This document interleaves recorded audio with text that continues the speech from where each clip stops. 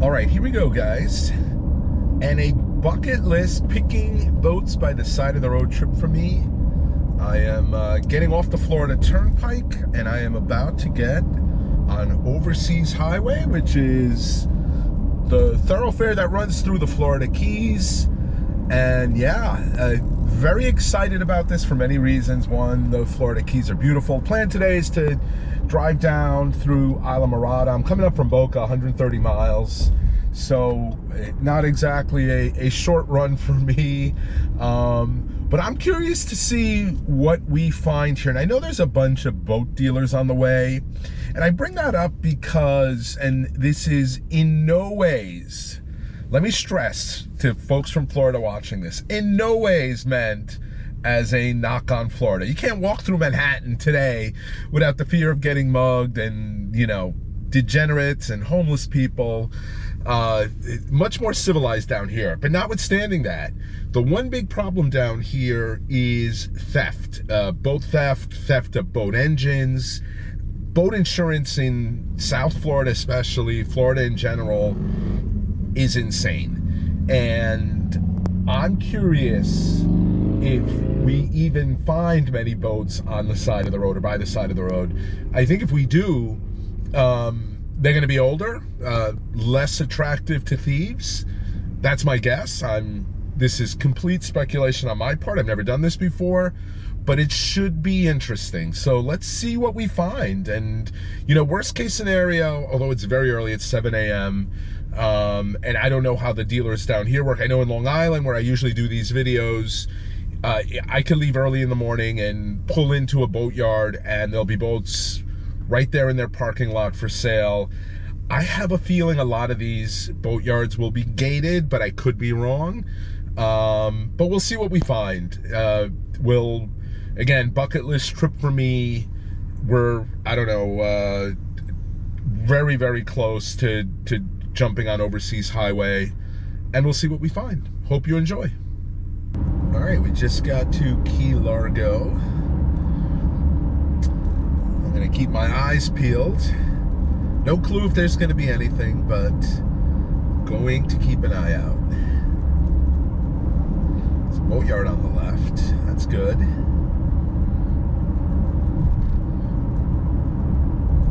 Big Thunder Marine.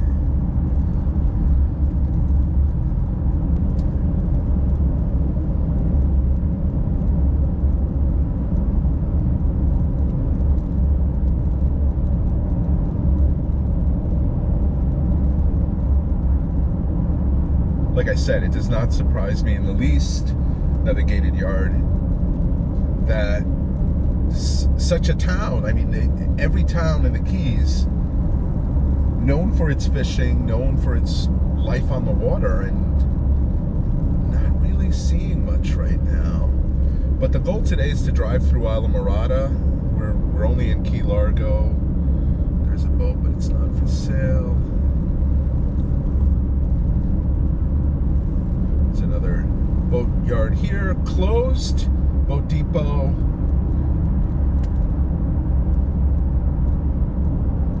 Arby's here.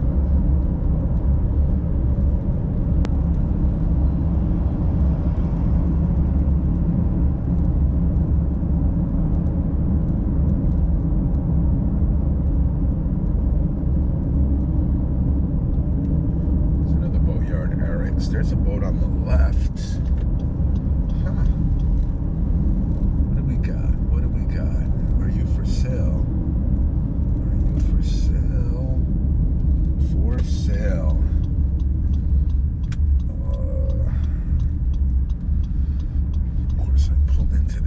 Trailer park community. I'm gonna have to swing around.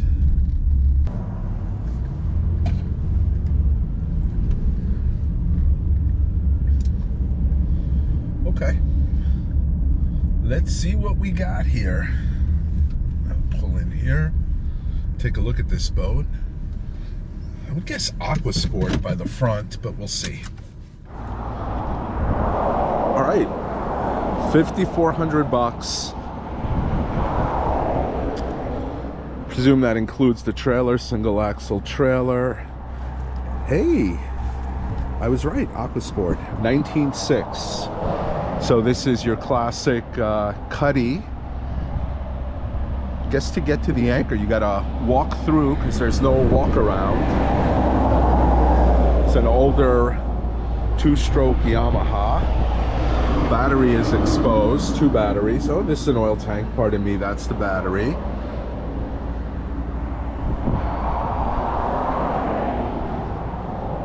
Yamaha's a 150. Let's see if we can get a year on this. And we can't, because here's where the VIN plate would be, that show the HIN plate, HIN, hull identification number, that would show the manufacturer and the year. I don't like this plastic under the water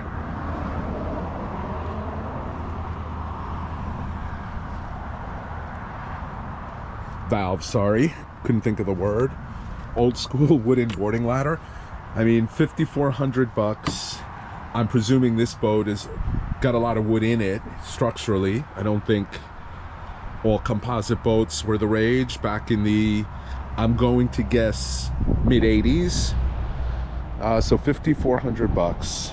No idea if that engine runs. It doesn't look in horrific shape. It's an old 2-stroke. They generally can last forever, easy to work on. Just short of 20 feet. The boat was at least registered through 2023. Old school rub rail with the rope in the middle, that's nice. I mean, if you're looking for a project.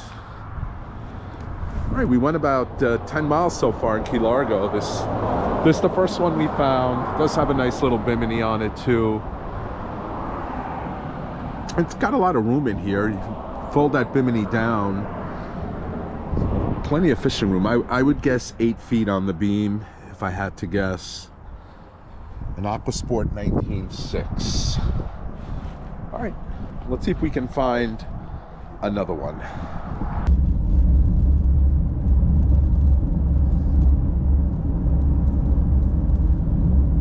Guess we're in Plantation Key now. Nothing in Tavernier. Of course, even when we continue down, on our way up, I believe Almirada, the road becomes truly a 2-lane or 4-lane road. But Key Largo has an island in the middle, and a lot of Tavernier is that way also. So we will have unexplored grounds on the way coming north and east. We're heading south and west right now.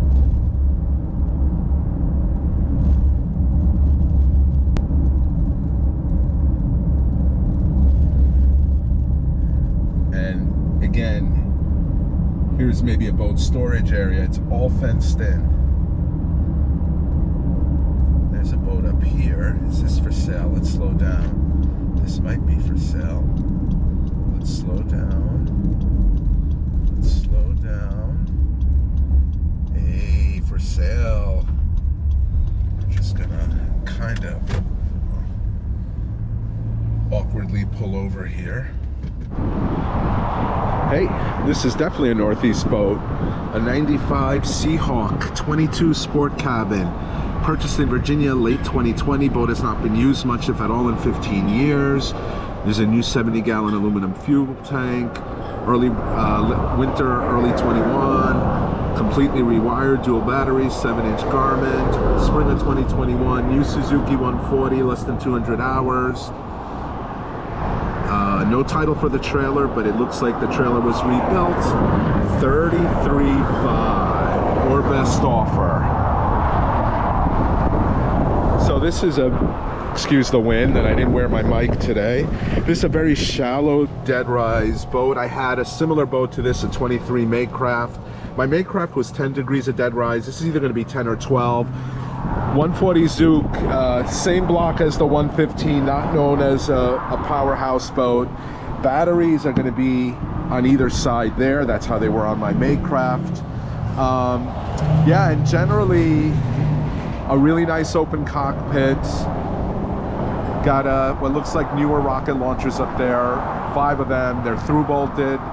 Got a nice pilot house area there that affords some protection in bad weather. You have a small cuddy in there. On mine, yeah, I did take a nap in there once, but it's really good for storage. And a walk around area here. No grab rail on top of the T-top though if you want to walk around and grab something. There's your fire extinguisher. You see the wiring here. It's easy to wire this boat because it looks like they wired a lot of it along the side of the gunnel. And this is a three-piece design, so you have this cap that sits on top of the hull.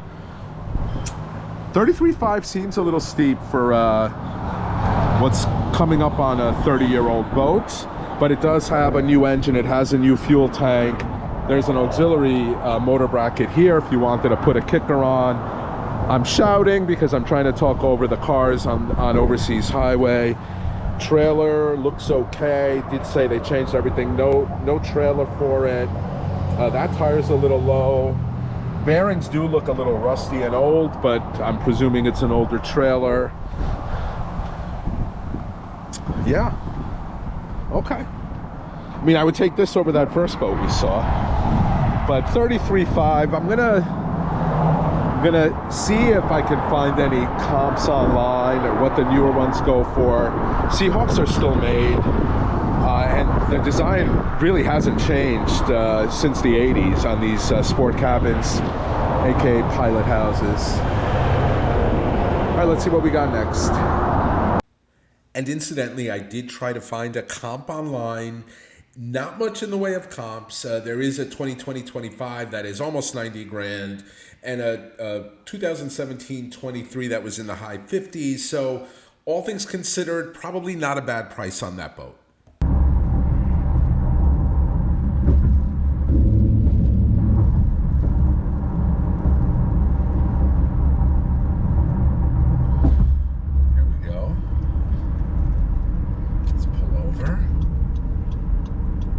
Lots of boats for sale here, but they're all fenced in except for this one.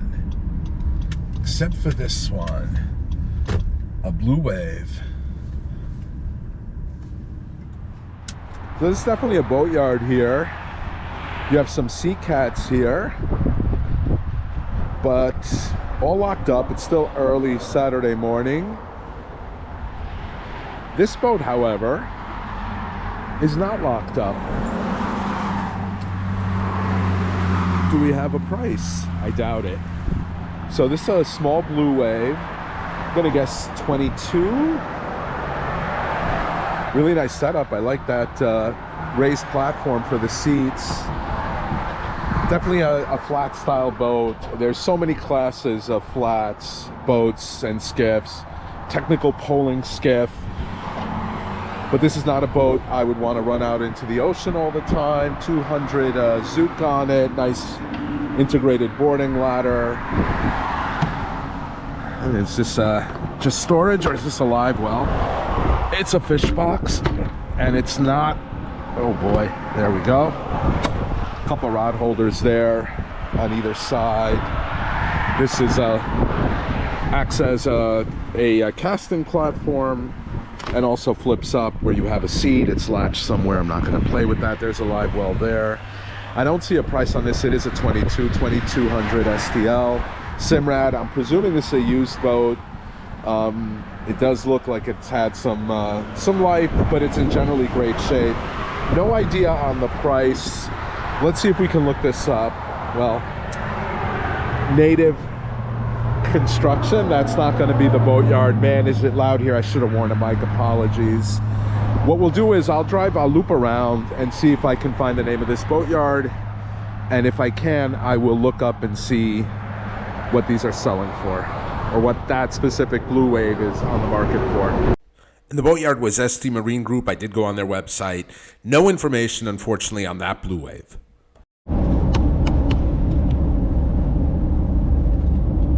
All right, guys, we're out of Key Largo, in that area. We're on that main thoroughfare right now that heads into Miami. I guess the tail end of Highway 1 here, the Overseas Highway. And look, I didn't see much on the way back. There were a couple of new boats that were blocked in. by their dealerships, but not much in the way of used boats. And I think I understand why, and I know I've hinted and talked about it, but I think boat theft is such a big deal down here. It really is. For those of you that don't live in Florida, you wouldn't understand. But the insurance rates here are sky high compared to New York. For those of you in Florida watching this video, I'll give you my boat experience up in New York. I have a 2005 32 CB, a 310 model, but it's a 32, with a newer 2017 Merc Verado 350s. And it's a charter boat, and I pay commercial insurance on it, so it's not recreational insurance. It's commercial insurance with a $2 million liability on it. And my total fee for the year is $2,040. I'm presuming a similar setup down here with commercial insurance would be 3 times that. Let me know if you guys are in Florida what you pay for insurance, if you don't mind divulging. But I'm only bringing that up because it's just an indicator of what a big deal boat thefts are down here. And even the boat yards I passed, and I've never in my life seen so many boats for sale. You literally, one after the other, boat yard, new boat sales, used boat sales, but everything is gated. And there's frequently shop trucks blocking it. And consequently, that, I think, trickles down to used boats for sale, you know, just on the side of the road. Something that we see commonly in Eastern Long Island. You're not going to see here, unless it's an older boat that has less of a chance of being stolen, or the couple we did see that were newer, like that Seahawk, which I know wasn't newer, but it had a newer engine on it, and that the Bay boat. Oh God, the brand name is escaping me now.